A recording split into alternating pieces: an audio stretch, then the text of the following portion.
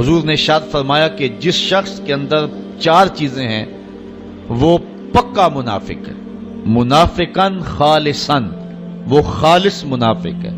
یہاں تو یہ لفظ ہیں، ایک حدیث میں آتا ہے وَإِن صَلَّى وَصَامَ، اگرچہ وہ نماز بھی پڑھے اور روزے بھی رکھے، لیکن بخاری اور مسلم کی حدیث کے اندر یہ لفظ نہیں ہے۔ یہاں اتنے لفظ بیان فرمائے گئے ہیں، اربع من کن فیہ کان منافقا خالصا، جس شخص کے اندر یہ 4 چیزیں ہیں وہ خالص منافق ہے۔ ومن کانت فیہ خصلۃ منہن کانت فیہ خصلۃ من النفاق حتی یدعھا، اور جس کے اندر ان 4 خصلتوں میں سے کوئی ایک ہے تو اس میں منافقت کی ایک خصلت، ایک عادت پائی جاتی ہے، اس کو چاہیے کہ اس کو دور کر دے۔ جب تک وہ دور نہ کرے گا اتنی دیر تک جو ہے وہ خصلت اس کے اندر جو ہے وہ منافقت کا سبب رہے گی۔ پہلی چیز، اذا حدث کذب، جب بھی بولے تو جھوٹ بولے۔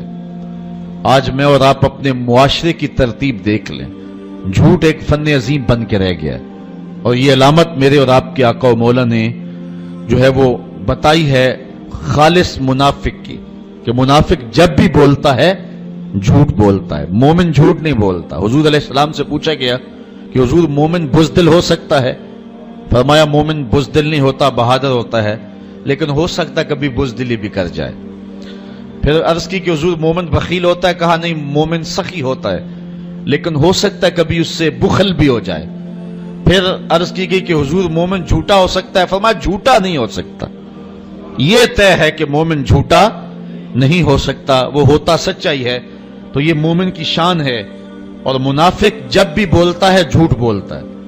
وَإِذَا وَعَدَ أَخْلَفَ، اور دوسری منافق خالص کی علامت یہ ہے کہ جب وہ وعدہ کرتا ہے تو پھر پورا نہیں کرتا۔ آج کل تو جس سے وعدہ کریں لوگ کہتے ہیں اللہ کرے وہ ماری جائے، جس کو پیسے دینے ہو کہتے ہیں کہ وہ تو کسی ایکسیڈنٹ، کسی حادثے میں فوت ہو جائے، مجھے دینے ہی نہ پڑیں۔ آج کل تو حالات اس سے بھی آگے جا رہے ہیں۔ تو یہ منافقانہ روش ہے کہ وعدہ کیا جائے پھر اس کو پورا نہ کیا جائے۔ تیسری بات، وَإِذَا عَاهَدَ غَدَرَ، اور جب وہ کوئی عہد کرتا ہے تو پھر وہ پورا نہیں کرتا، عہد کی پاسبانی نہیں کرتا، غداری کر جاتا ہے۔ جو عہد کیے ہوئے ہوں ان کو ہر صورت میں قائم رکھنا پڑتا ہے۔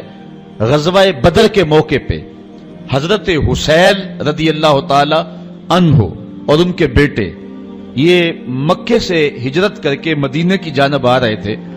راستے کے اندر کافروں نے انہیں پکڑ لیا اور اس شرط پہ چھوڑا کہ مسلمانوں کے ساتھ ہو کر کے ہمارا مقابلہ نہیں کرو گے۔ انہوں نے وعدہ کر لیا، عہد ہو گیا۔ جب پہنچے تو اس وقت حضور علیہ السلام بدر کے مقام پہ تشریف فرما تھے، اور یہ بھی بدر کے موقع پہ اپنے آقا و مولا سے جا کے ملے۔ تو حضرت حسین رضی اللہ تعالی عنہ اور ان کے فرزند ارجمند رضی اللہ تعالی عنہ، انہوں نے عرض کی کہ حضور ہمیں کافروں نے راستے میں پکڑ لیا تھا اور ہمارا ان سے یہ معاہدہ ہوا ہے کہ ہم مسلمانوں کے ساتھ مل کر کے تمہارے خلاف نہیں لڑیں گے، تو ہمارے لیے کیا حکم ہے؟ تو ایک ایک بندے کی بدر میں ضرورت تھی، اور کافر 950 تھے اور مسلمانوں کی تعداد جو ہے وہ 313 تھی، اور ان میں سے بھی کچھ لوگوں کو حضور نے واپس کسی کام کے لیے مدینہ المنورہ میں بھیجا تھا۔ حضرت عثمان تھے، حضرت ابو لبابہ یا دیگر صحابی۔ تو ایک ایک فرد کی ضرورت تھی اور 2 بندے مل گئے، بہت غنیمت تھی، اور معاہدہ کافروں کے ساتھ ہوا تھا، مومنوں کے ساتھ نہیں ہوا تھا۔ لیکن آقا کریم علیہ السلام نے فرمایا کہ تم ہمارے ساتھ رہو گے لیکن تم لڑ نہیں سکو گے۔ معاہدے کی پاسبانی کا درس عین جنگ کی حالت کے اندر آقا کریم علیہ السلام نے لوگوں کو دیا، اور یہ میرے اور آپ کے آقا و مولا حضور نبی رحمت صلی اللہ علیہ وسلم کی روشن زندگی ہے۔ آقا کریم علیہ السلام نے کسی سے وعدہ کیا کہ میں تمہارے انتظار میں یہاں کھڑا ہوں، وہ جا کے بھول گیا، اور حضور علیہ السلام 3 دن تک اس کے انتظار کے لیے وہیں کھڑے رہے، صرف قضائے حاجت اور نماز کے لیے جاتے، پھر آ کے وہیں کھڑے ہو جاتے۔ اور 3 دن کے بعد جب وہ شخص اس کو اچانک یاد آیا تو وہ پلٹا تو دیکھا حضور کھڑے ہیں۔ تو آقا کریم علیہ السلام کے پاس آیا تو شرمندہ تھا۔ حضور علیہ السلام نے صرف اتنا جملہ کہا، صاحب تو نے تو مجھے مشقت میں ڈال دیا، تو نے تو مجھے مشقت میں ڈال دیا۔ تو یہ ہے ایک نبی کی زندگی کا رنگ۔ اور منافق جب بھی وعدہ کرتا ہے تو پورا نہیں کرتا، جب عہد کرتا ہے تو عہد توڑ دیتا ہے۔ وَإِذَا خَاصَمَ فَجَرَ، اور جب وہ لڑتا ہے تو گالیاں بکتا ہے۔ الجھاؤ، اختلاف رائے، یہ زندگی میں اور معاشرے کے اندر ایک دوسرے سے پیدا ہو جاتا ہے، لیکن جب کسی سے الجھاؤ پیدا ہو جائے، کسی سے لڑائی پیدا ہو جائے، تو اس لڑائی میں جو ہے وہ گالی گلوچ کرنا یہ مومن کا طریقہ نہیں ہے، بلکہ ناراضگی اختیار کر لی جائے، خاموشی اختیار کر لی جائے، اور وہ بھی 3 دن سے زیادہ ناراض رہنے کا حکم نہیں ہے۔ 3 دن کے بعد فرمایا گیا کہ جو صلح میں پہل کرے گا وہ جنت میں بھی پہلے جائے گا۔ حضرت امام حسین رضی اللہ تعالیٰ عنہ کے بھائی ہیں حضرت محمد بن حنفیہ رضی اللہ تعالیٰ عنہ، ماں کی طرف سے فرق ہے، باپ کی طرف سے سکے ہیں، آپس میں کوئی الجھاؤ ہو گیا، شکر رنجی ہو گئی، 3 دن گزر گئے۔